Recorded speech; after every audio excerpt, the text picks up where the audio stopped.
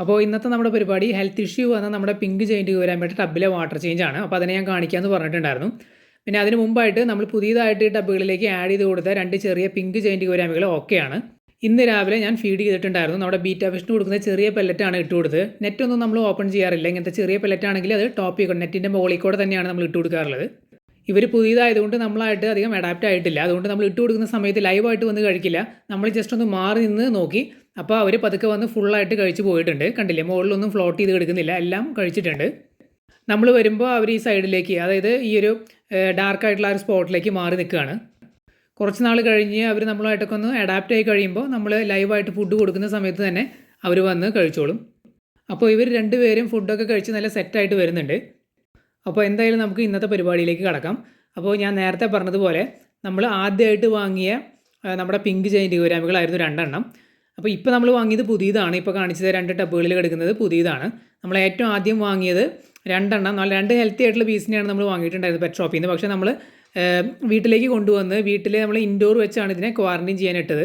ഇപ്പോൾ നിങ്ങൾ ക്വാറൻറ്റൈൻ ചെയ്ത് കണ്ടിട്ടുണ്ടാകും. പുതിയത് വാങ്ങിയത് ജസ്റ്റ് 3 ദിവസമാണ് നമ്മൾ ക്വാറൻറ്റൈൻ ചെയ്യാനായിട്ട് ഇട്ടത്. പക്ഷേ ആദ്യമായിട്ട് നമ്മൾ വാങ്ങിയ 2 എണ്ണത്തിനെ നമ്മൾ 2 ആഴ്ചയ്ക്ക് മേലെ ഇട്ടിട്ടുണ്ടായിരുന്നു. 2 ആഴ്ച വരെ ഒരു കുഴപ്പം അവർക്ക് ഉണ്ടായിരുന്നില്ല. അത് കഴിഞ്ഞ് ടെമ്പററി ആയിട്ട് നമ്മൾ ഒരു ഡാർക്ക് സ്പോട്ടിലാണ് അവർ വെച്ചിട്ടുണ്ടായിരുന്നത്. അവിടെ നിന്ന് നമ്മൾ ടെമ്പററി ആയിട്ട് വേറൊരു സ്ഥലത്തേക്ക് മാറ്റി. അത് കുറച്ച് ലൈറ്റ് അടിക്കുന്ന ഒരു ഏരിയ ആയിരുന്നു. അവിടെ വെച്ച് പെട്ടെന്ന് അവർക്ക് സ്ട്രെസ്സ് വരുമായിരുന്നു. ഒരെണ്ണം പെട്ടെന്ന് ഡെഡായി പോയി. രാവിലെ നമ്മൾ ഫുഡ് കൊടുത്ത് വൈകിട്ട്, അതായത് ഏതാനും മണിക്കൂറുകൾ കഴിഞ്ഞ് വന്ന് നോക്കിയപ്പോൾ അത് ഡെഡായി കിടക്കുകയായിരുന്നു. അപ്പോൾ പിന്നെ നമ്മളൊന്നും നോക്കിയില്ല. രണ്ടാമത്തേനെ ഈ കാണുന്ന ടബിലേക്കാണ് ഞാൻ സ്ട്രൈറ്റ് മാറ്റിയത്. അതിനും ചെറിയ ഇഷ്യൂ ഉണ്ടായിരുന്നു. ഇപ്പോൾ ഞാൻ കാണിക്കുന്നത് സോൾട്ടാണ്. സോൾട്ട് നമ്മൾ ആഡ് ചെയ്ത് കൊടുക്കുന്നുണ്ട്. നമ്മൾ അതിനെ പിടിച്ച് മാറ്റിയിട്ടുണ്ട്. എന്നിട്ട് നമ്മൾ ഫ്രഷ് വെള്ളം കുറച്ച് ആഡ് ചെയ്ത് കൊടുത്തിട്ടുണ്ട്. എന്നിട്ട് അതിലേക്ക് സോൾട്ട് മിക്സ് ചെയ്തിട്ടുണ്ട്. അപ്പോൾ ആ ബാക്കി വന്ന ഒരെണ്ണത്തിനെയാണ് നമ്മൾ ഈ ടബിലിട്ടത്. അതിനും ചെറിയ ഹെൽത്ത് ഇഷ്യൂ ഉണ്ട്. അപ്പോൾ അതിനെ ഞാൻ കാണിക്കാമെന്ന് പറഞ്ഞിട്ടുണ്ടായിരുന്നു. അപ്പോൾ ഈ കാണുന്നതാണ് ആ ഒരു പിങ്ക് ജെയിൻറ്റ് ഗോരാമി. നമ്മൾ ആദ്യം വാങ്ങിയ 2 എണ്ണത്തിൽ ഒരെണ്ണം ഡെഡായി പോയി. ബാക്കി വന്ന ഒരെണ്ണമാണ് ഈ കാണുന്നത്. ശരിക്കും പറയുകയാണെങ്കിൽ അപ്പോൾ നമ്മുടെ കയ്യിൽ ഹെൽത്തി ആയിട്ടുള്ള ഒരു പീസ് പോലും ഇതുവരെ ഉണ്ടായിരുന്നില്ല. നമ്മൾ പുതിയതിനെ വാങ്ങിക്കുന്നത് വരെ ഉണ്ടായിരുന്നില്ല. അതുകൊണ്ടാണ് നമ്മൾ പുതിയതായിട്ട് 2 ഹെൽത്തി പീസിനെ വാങ്ങിയിട്ട് അധികം ഒന്നും നമ്മൾ ഇൻഡോർ വെച്ച് ക്വാറൻറ്റൈൻ ചെയ്യാതെ പെട്ടെന്ന് തന്നെ ഈ ടബുകളിലേക്ക് മാറ്റിയത്.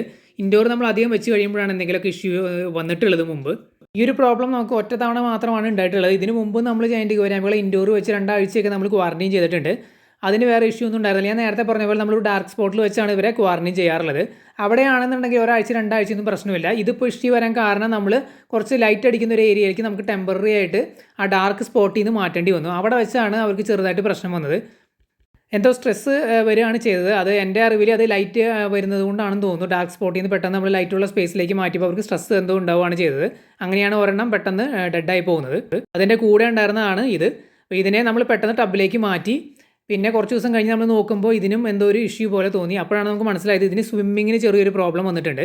ഇതിൻ്റെ സ്വിം ബ്ലാഡറിന് എന്തോ പ്രശ്നം സംഭവിച്ചിരിക്കുകയാണെന്നാണ് നമ്മൾ മനസ്സിലാക്കുന്നത്. കാരണം ഇത്തരത്തിൽ നീന്താനായിട്ടുള്ള ഇഷ്യൂ വരുന്നത് പൊതുവേ സ്വിം ബ്ലാഡറിന് കംപ്ലയിൻറ്റ് വരുമ്പോഴാണ്. സ്വിം ബ്ലാഡർ എന്ന് പറയുന്ന ആ ഒരു ഓർഗൻ ഉപയോഗിച്ചിട്ടാണ് ഇവർ വെള്ളത്തിൽ ഫ്ലോട്ട് ചെയ്ത് നിൽക്കുന്നത്. അതുപോലെ തന്നെ ഇവർ നീന്താനൊക്കെ സഹായിക്കുന്നത് ഈ ഒരു സ്വിം ബ്ലാഡറാണ്. ഇത് നിങ്ങൾ കണ്ടിട്ടുണ്ടാവും. മീനൊക്കെ കട്ട് ചെയ്യുന്ന സമയത്ത് അതിൻ്റെ ഉൾഭാഗത്ത് നോക്കിക്കഴിഞ്ഞാൽ ഒരു ബലൂൺ പോലത്തെ ഒരു സാധനം കാണാം, എയർ ഫില്ലായിട്ട്. അത് ജസ്റ്റ് പ്രസ് ചെയ്താൽ ബലൂൺ പോലെ പൊട്ടിപ്പോവുകയും ചെയ്യും. ആ ഒരു ഓർഗനെയാണ് സ്വിം ബ്ലാഡർ എന്ന് പറയുന്നത്.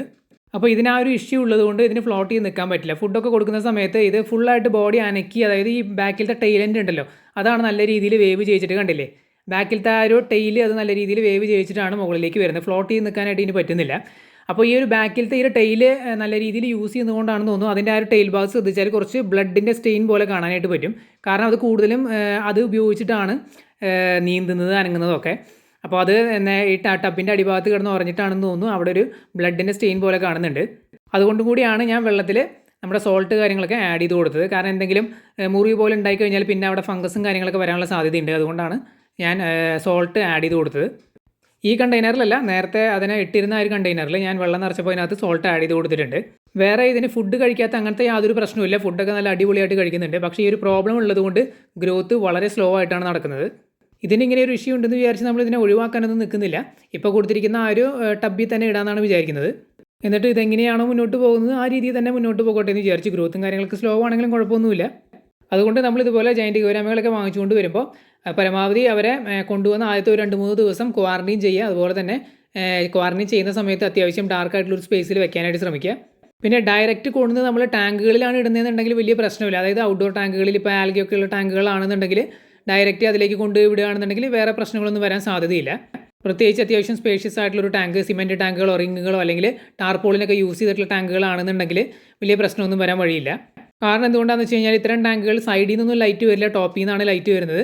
പിന്നെ ഞാൻ നേരത്തെ പറഞ്ഞതുപോലെ വെള്ളം ആൽഗെ അടിച്ചാണ് കിടക്കുന്നതെന്നുണ്ടെങ്കിൽ അധികം സ്ട്രെസ് വരാനുള്ള സാധ്യത വളരെ കുറവാണ്. ഇനിയിപ്പോൾ ക്രിസ്റ്റൽ ക്ലിയർ വെള്ളമാണെന്നുണ്ടെങ്കിൽ എന്തെങ്കിലും മറ പോലെ നമ്മൾ വെച്ച് കൊടുത്താൽ മതി ആദ്യത്തെ കുറച്ച് ദിവസത്തേക്ക്. ഞാൻ നേരത്തെ പറഞ്ഞതുപോലെ ഇൻഡോർ അക്വേറിയങ്ങളിൽ അല്ലെങ്കിൽ വേറെ ഏതെങ്കിലും കണ്ടെയ്നറുകളിലൊക്കെ നമ്മൾ വെക്കുമ്പോഴാണ് പ്രശ്നം വരാനുള്ള സാധ്യത കൂടുതൽ. ഞാൻ സാധാരണ യൂസ് ചെയ്യുന്നത് ഇത്തരത്തിലുള്ള ട്രാൻസ്പാരൻറ്റ് കണ്ടെയ്നറുകളാണ്. ഇത്തരം സ്ക്വയർ കണ്ടെയ്നറുകൾ ഞാൻ യൂസ് ചെയ്യാറുണ്ട്, അതുപോലെ തന്നെ റൗണ്ട് ഷേപ്പിലുള്ള കണ്ടെയ്നറുകളും യൂസ് ചെയ്യാറുണ്ട്. ഇതെല്ലാം ട്രാൻസ്പാരൻ്റ് ആണ്. അപ്പോൾ ട്രാൻസ്പാരൻറ്റ് കണ്ടെയ്നറുകൾ നല്ലതാണ്, കാരണം നമുക്ക് ക്ലിയർ ആയിട്ട് ഇവരെ കാണാനും അതിനൊക്കെ അത് നല്ല ഒബ്സർവ് ചെയ്യാനൊക്കെ നല്ലതാണ്. പക്ഷേ അത് ലൈറ്റ് നന്നായിട്ട് അടിക്കുന്നതുകൊണ്ടാണ് ഞാൻ പറഞ്ഞത് ഡാർക്ക് സ്പോട്ടിൽ വെക്കുന്നതാണ് നല്ലതെന്നുള്ളത്. നമ്മൾ മുമ്പ് ക്വാറന്റൈൻ ചെയ്യാനായിട്ട് വെച്ചിരുന്ന എല്ലാം ഡാർക്ക് സ്പോട്ടിലാണ്. ആ സമയത്തൊന്നും യാതൊരു ഇഷ്യൂ ഉണ്ടായിരുന്നില്ല. ലൈറ്റുള്ളൊരു ഏരിയയിലേക്ക് മാറ്റിയപ്പോൾ മാത്രമാണ് നമുക്ക് ഇങ്ങനൊരു ഇഷ്യൂ നമ്മൾ ഫേസ് ചെയ്തിട്ടുള്ളത്. ഈ ഇഷ്യൂ ഒന്നും അക്വേറിയം ഷോപ്പിൽ നിന്ന് വാങ്ങിക്കൊണ്ട് വരുമ്പോഴുള്ള പ്രശ്നമോ കാര്യങ്ങളൊന്നുമല്ല. നമ്മൾ അക്വേറിയം ഷോപ്പിൽ നിന്ന് വാങ്ങിച്ചുകൊണ്ട് വന്നത് നല്ല ഹെൽത്തി ആയിട്ടുള്ള പീസുകളെയാണ്. നമ്മൾ ഇതുപോലെ ക്വാറന്റൈൻ ചെയ്യുന്ന സമയത്താണ് ഇത്തരം ഇഷ്യൂകൾ വരാനായിട്ട് സാധ്യതയുള്ളത്. നമുക്ക് വന്നിട്ടുള്ളതും ആ ഒരു സമയത്ത് തന്നെയായിരുന്നു. അപ്പോൾ അതിൻ്റെ ഇഷ്യൂവിൻ്റെ കാരണം എന്താണെന്ന് ഞാൻ ക്ലിയർ ആയിട്ട് പറഞ്ഞു. ഈ പറഞ്ഞ പോലെ ലൈറ്റൊക്കെ നന്നായി അടിക്കുന്ന സ്ഥലത്തൊക്കെ വെക്കുമ്പോഴാണ് ഈ പ്രശ്നം വരുന്നത്. ഇതിൻ്റെ കൂടെ ഉണ്ടായിരുന്ന ഒരെണ്ണം അത് പെട്ടെന്നാണ് ഡെഡായി പോയത്. അതായത് രാവിലെ വളരെ ആക്റ്റീവായിട്ട് നിന്നതാണ്. നമ്മൾ പെല്ലറ്റ് ഫുഡ് കൊടുത്തതാണ്, നമ്മുടെ ബീറ്റാ ഫിഷിന് കൊടുക്കുന്ന ചെറിയത്. ഓവറായിട്ട് നമ്മൾ ഫീഡ് ചെയ്തിട്ടില്ല, കുറച്ച് ആവശ്യത്തിന് മാത്രമാണ് കൊടുത്തിട്ടുള്ളത്. അത് കഴിക്കുകയും ചെയ്തു. കഴിച്ചതിന് ശേഷം ആൾ ആക്റ്റീവായിട്ട് നടക്കുന്നുണ്ടായിരുന്നതാണ്. ഒരു 2 മണിക്കൂറോ 3 മണിക്കൂറോ കഴിഞ്ഞ് വന്ന് നോക്കുമ്പോഴാണ് ആൾ ഡെഡായി ഫ്ലാറ്റായി അടിയിൽ കിടക്കുന്നത് കാണുന്നത്. അധികം ഡെഡായിട്ട് അധികം സമയമായിട്ടില്ല, അതുകൊണ്ടാണ് താഴെ കിടക്കുന്നത്. പെട്ടെന്ന് എന്താണ് സംഭവിച്ചതെന്നുള്ളത് എനിക്ക് ഒരു പിടിയും കിട്ടുന്നുണ്ടായിരുന്നില്ല ആലോചിച്ചിട്ട്. കാരണം ഇത് ഓൾറെഡി നമ്മൾ ഇൻഡോർ 2 ആഴ്ചയായിട്ട് ഒരു കുഴപ്പമില്ലാണ്ടിരുന്ന പീസുകളായിരുന്നു. പക്ഷേ അത് ഡാർക്ക് സ്പോട്ടിലാണ് ഇരുന്നിരുന്നത്. പിന്നെ നമ്മൾ ഒരു ലൈറ്റ് അടിക്കുന്ന ഒരു സ്പോട്ടിലേക്ക് മാറ്റി. അപ്പോൾ അവിടെ വെച്ചാണ് ഈ ഒരു ഇഷ്യൂ ഉണ്ടായത്. പിന്നെയാണ് നമുക്ക് ആലോചിച്ചപ്പോൾ മനസ്സിലായി ഒരു സ്ഥലം മാറിയതിൻ്റെ ആയിരിക്കുന്നു. അല്ലാതെ വേറൊരു റീസണും നമുക്ക് ആലോചിച്ചിട്ട് കിട്ടിയില്ല. കാരണം വെള്ളത്തിൻ്റെ ക്വാളിറ്റിയും ഫീഡിങ്ങും എല്ലാം കറക്റ്റ് ആയിരുന്നു. നമ്മൾ ഇതിന് മുമ്പും ചെയ്തിട്ടുള്ളതാണ്. അതുകൊണ്ടാണ് ഇത്ര കോൺഫിഡൻ്റ് ആയിട്ട് നമുക്ക് പറയാൻ പറ്റുന്നത്, വേറെ കാരണങ്ങളൊന്നും അല്ല എന്നുള്ളത്. ചുരുക്കി പറയുകയാണെന്നുണ്ടെങ്കിൽ മീനുകൾക്ക് പരമാവധി സ്ട്രെസ്സ് വരാതെ നോക്കുക എന്നുള്ളതാണ്. അപ്പോൾ ഇത്രയൊക്കെയാണ് നമ്മുടെ ഇന്നത്തെ വീഡിയോ. എന്തെങ്കിലും ഡൗട്ട് ഉണ്ടെങ്കിൽ കമൻറ്റ് ചെയ്ത് ചോദിക്കുക, നമ്മൾ തീർച്ചയായിട്ടും റിപ്ലൈ തരുന്നതായിരിക്കും.